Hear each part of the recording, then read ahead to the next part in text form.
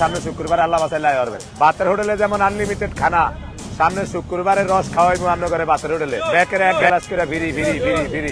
100 টাকার সেই হোটেলের ভাইরাল মিজান এখন হোটেলের বিজনেস বাদ দিয়ে তিনি খেজুর রসের বিজনেস শুরু করেছে। এখন তিনি খেজুরের রসের বিজনেসেও বাতের হোটেলের মতোই সাড়া পেয়েছে সাধারণ মানুষের কাছে।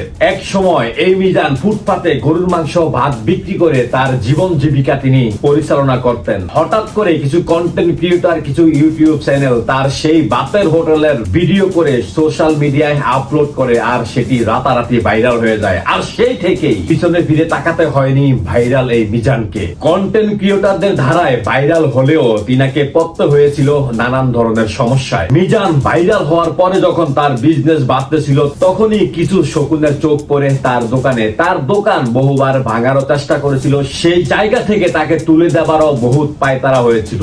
সোশ্যাল মিডিয়ায় ইউটিউবার ও কিছু কন্টেন্ট ক্রিয়েটরের কারণে সেটি সম্ভব হয়নি।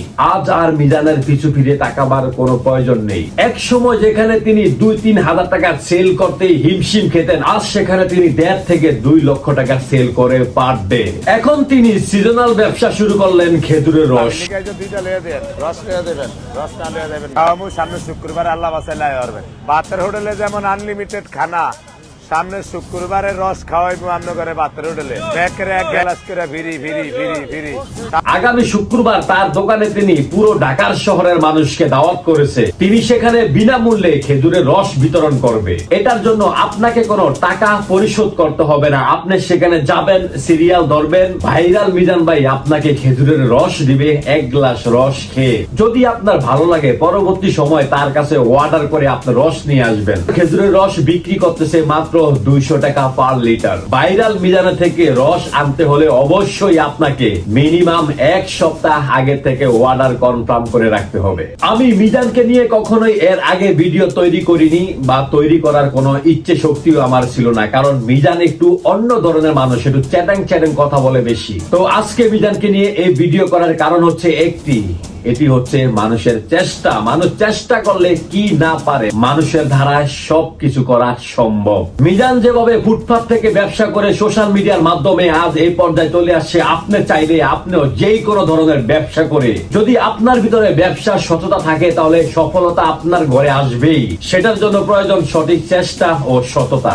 আজ সারা বাংলাদেশে ডাকাতের 6 লাভ পড়ে গেছে। কিছুদিন আগে মাদারীপুরে একজন প্রবাসীর ঘরে একদল ডাকাত হায়না দেয়। সেই ঘরের সেই প্রবাসী ভাই একাই সেই ডাকাতের সঙ্গে মোকাবেলা করে, তিনি মাত্র একটি চাকুর মাধ্যমে। তারপরে সিসিটিভির ফুটেজে আপনারা দেখেন কিভাবে ডাকাত দল দৌড়ে সেখান থেকে পালায়। অন্যদিকে গোপালগঞ্জের একটি ডাকাতির ঘটনাও আপনারা সিসিটিভির ফুটেজ দেখতেছেন।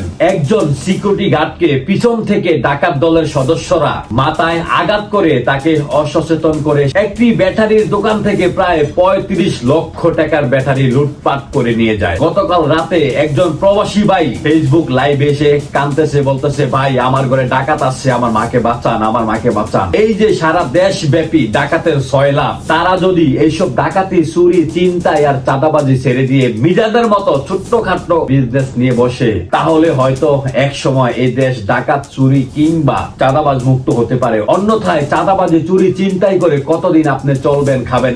একদিন না একদিন আইনে হাত করা আপনার হাতে পড়বেই।